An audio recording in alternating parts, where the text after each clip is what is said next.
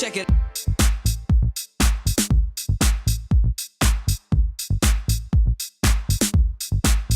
Déshabillez-moi.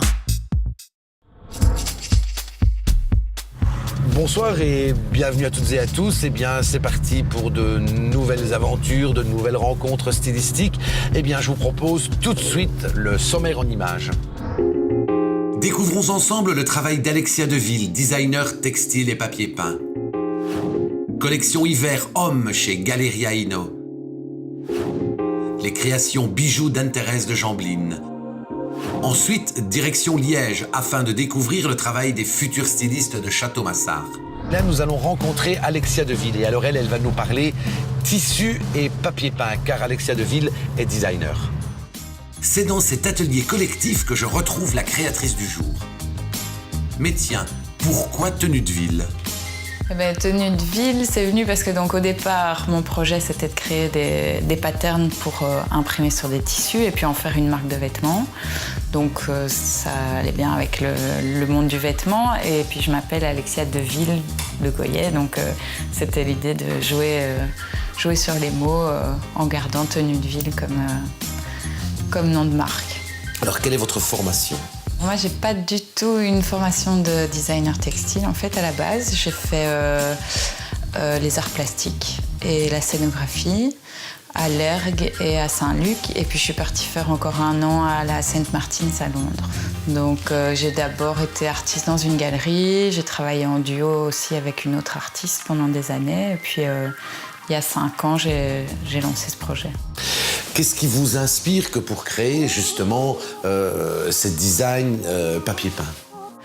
Enfin, je suis tout le temps sur Internet en train de chercher des images. Je travaille aussi beaucoup à partir de gravures anciennes que je vais redessiner, remanipuler.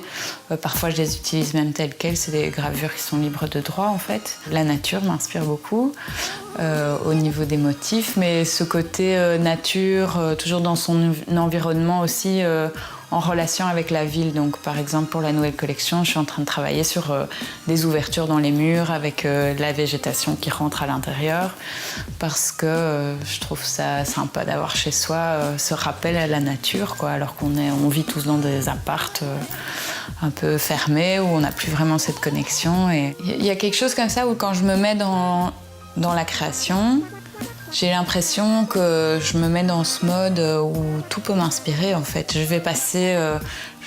donc là, je travaille sur ces ouvertures dans des murs. Donc, par exemple, les grilles en fer forgé, comme on a partout à Bruxelles, en fait, tout ça m'inspire. Donc, dès que je fais un feu rouge dans ma voiture ou quoi, je vais prendre une photo, puis je vais la redessiner. Puis, en fait, c'est plutôt un mode où je suis là, maintenant, je suis en mode création. Donc, tout ce qui m'entoure m'inspire. Ça peut être une image que je vois, un bâtiment. L'architecture, j'aime beaucoup aussi. L'art nouveau, j'adore. Parfois, je vais rechercher dans des bijoux aussi des sortes de graphismes qui vont m'intéresser. Alors, parlez-moi un petit peu du procédé de fabrication, puisque vous démarrez manuellement et puis on retrouve un papier édité. Je commence par créer des planches ambiance avec les différentes directions de la collection. Et puis, je commence à créer comme ça, sans vraiment mettre de barrière au début. Une fois qu'on a la texture, donc en fait, ce qu'on vient faire, on vient le scanner. Et puis après, on essaye de travailler à l'ordinateur pour que ça rende un motif en répétition déjà, et on voit ce que ça donne, quoi. Et puis souvent, il y a une ligne directrice qui se fait, et là, on fait une réunion avec mon associé, et puis de là, on va guider, continuer la collection. D'abord, il y a 2 méthodes. Il y a l'impression traditionnelle, où là, donc ça, on a des délais à respecter parce qu'il faut faire graver donc, les motifs sur des rouleaux de cuivre. Qui après, eux, seront mis dans les machines. Donc il y a autant de rouleaux que de couleurs. Et donc ça, on place dans les machines et puis on tire la collection à X rouleaux. Et puis alors, il y a l'autre côté, c'est l'impression digitale qui est assez récente, qui permet de faire maintenant plus des motifs en répétition comme on faisait avant, mais des grands muraux panoramiques. Puis après, il faut construire les books. C'est les books qu'on vend en fait aux distributeurs. Et de là, les clients vont pouvoir choisir les papiers peints et passer des commandes.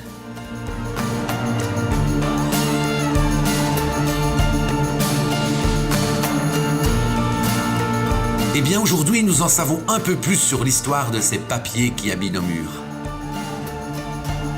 Voilà, c'est à grands pas que nous nous dirigeons vers l'hiver. Eh bien, nous les hommes, on a envie aussi de s'habiller, d'avoir des conseils. Eh bien, nous allons à la rencontre d'Adélaïde qui va nous parler justement de la collection Hiver-Homme. Découvrons ce look hiver 2015-2016 dans quelques minutes. Alors le look homme-hiver, on a envie qu'il ait bien chaud. Donc d'abord trouver ma pièce maîtresse. Ah ça c'est vraiment... Ah il y a même le bonnet avec un dégradé. Donc je vais prendre le bonnet et le pull. Et ça ce sont mes deux pièces de départ pour un look bien chaud. Voilà, il suffit de demander. Et là j'aime beaucoup les associations de matières. Et je vais même prendre l'écharpe, elle fait tout à fait le raccord avec le pull. Donc on raconte une histoire, c'est comme ça que je travaille, c'est comme ça que j'aime travailler. Un bel accessoire qui change un peu du sac en bandoulière. Ah, voilà de la couleur. Bon après je m'étais dit que j'avais pas envie de trancher, mais je peux pas m'en empêcher. Ok, allez hop. Donc ça c'est un petit peu classique. On marie les tendances, on accorde avec le look. Bon, je prends ça. Quand création rime avec récupération, le défi des étudiants de Château-Massard à Liège.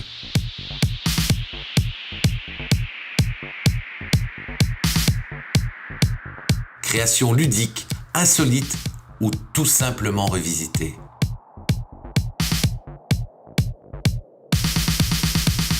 Voilà, maintenant, donc, nous nous rendons à Woluwe-Saint-Lambert, chez Anne-Thérèse de Jambline. Alors, Anne-Thérèse de Jambline, elle est créatrice de bijoux.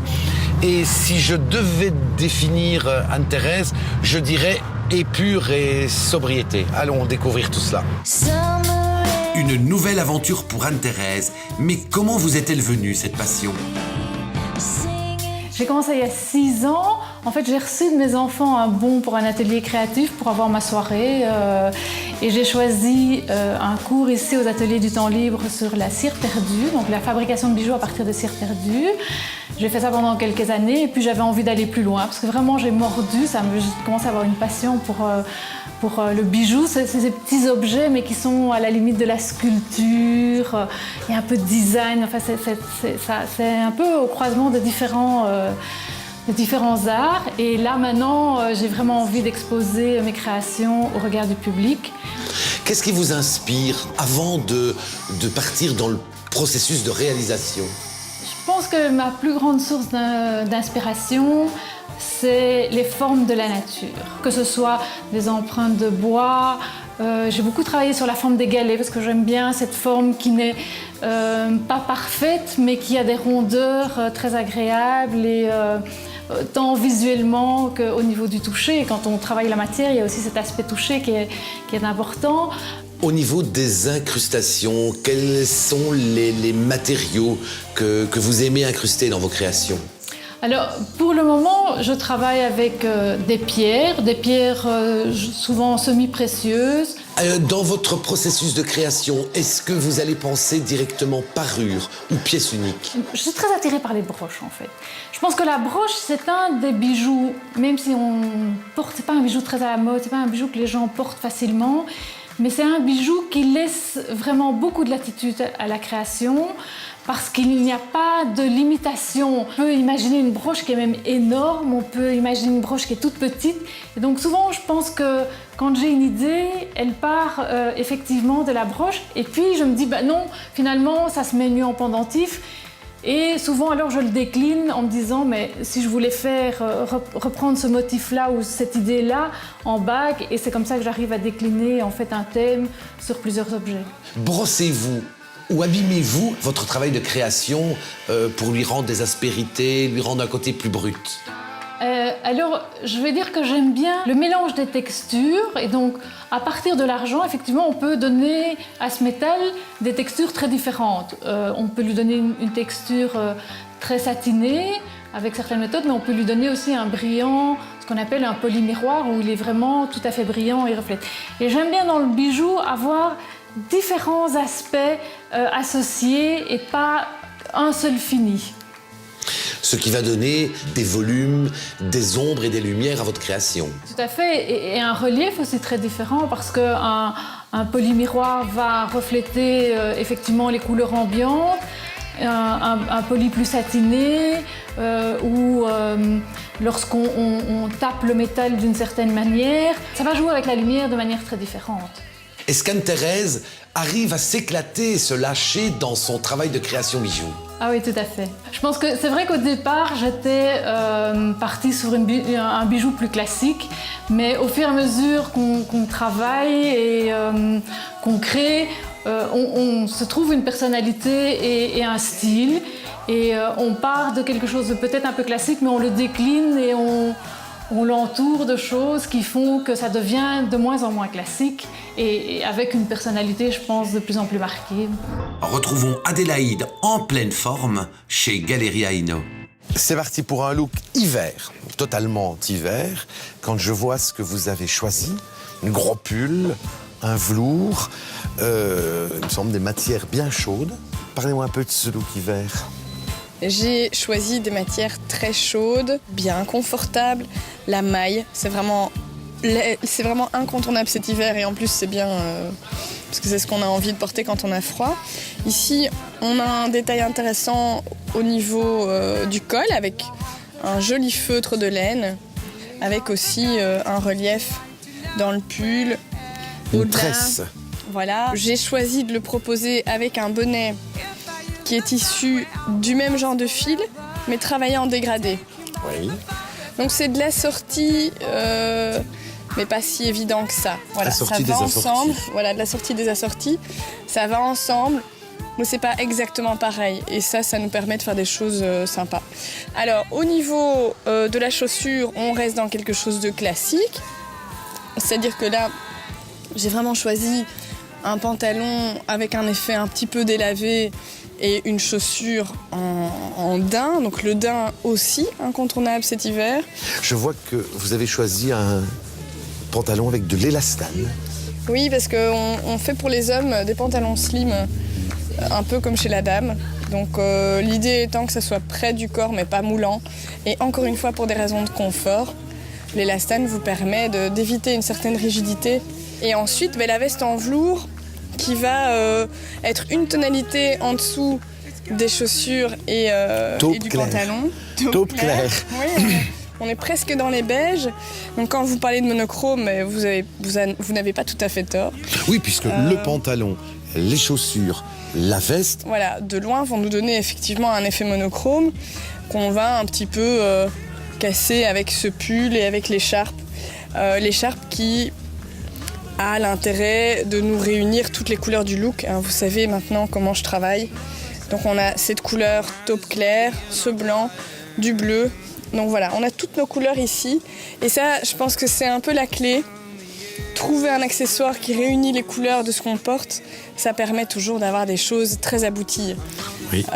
Après, le sac, je le trouve intéressant parce qu'il y a vraiment un imprimé sympa, coloré, et donc ça vient relever ce côté monochrome. Oui, ça vient casser carrément ce côté monochrome. Ici, j'ai voulu montrer qu'on peut s'offrir un peu de fantaisie chez l'homme, parce que malheureusement, on voit encore trop de classicisme dans la garde-robe masculine. Donc voilà, ceci c'est une fantaisie, mais c'est vraiment une belle fantaisie. Mais donc c'est détourné. Quand les choses sont détournées, mariées entre elles, on obtient des objets qui ont beaucoup de caractère, quoi. Donc en fait, le bijou chez l'homme, j'ai envie de montrer ça se fait. Et en l'occurrence, ça se fait dans la répétition. Donc ce sont 3 bracelets en fait, mais qu'on peut porter ensemble. Ça donne beaucoup de caractère à une silhouette. C'est un look. C'est un look. Oui, tiens, un look que vous allez nommer comment ? C'est un look hiver, cocoon, confort. Voilà, ce sont ces attributs-là. On a envie d'être bien dans sa peau, avec des vêtements confortables. Un chouette look, merci Adélaïde.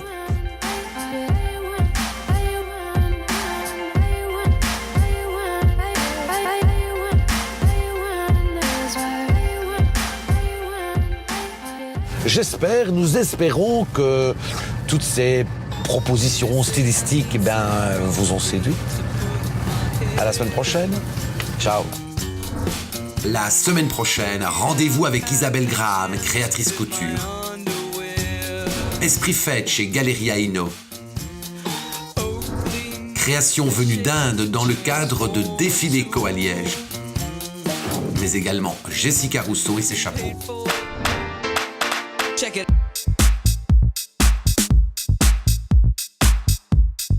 Déshabille-moi.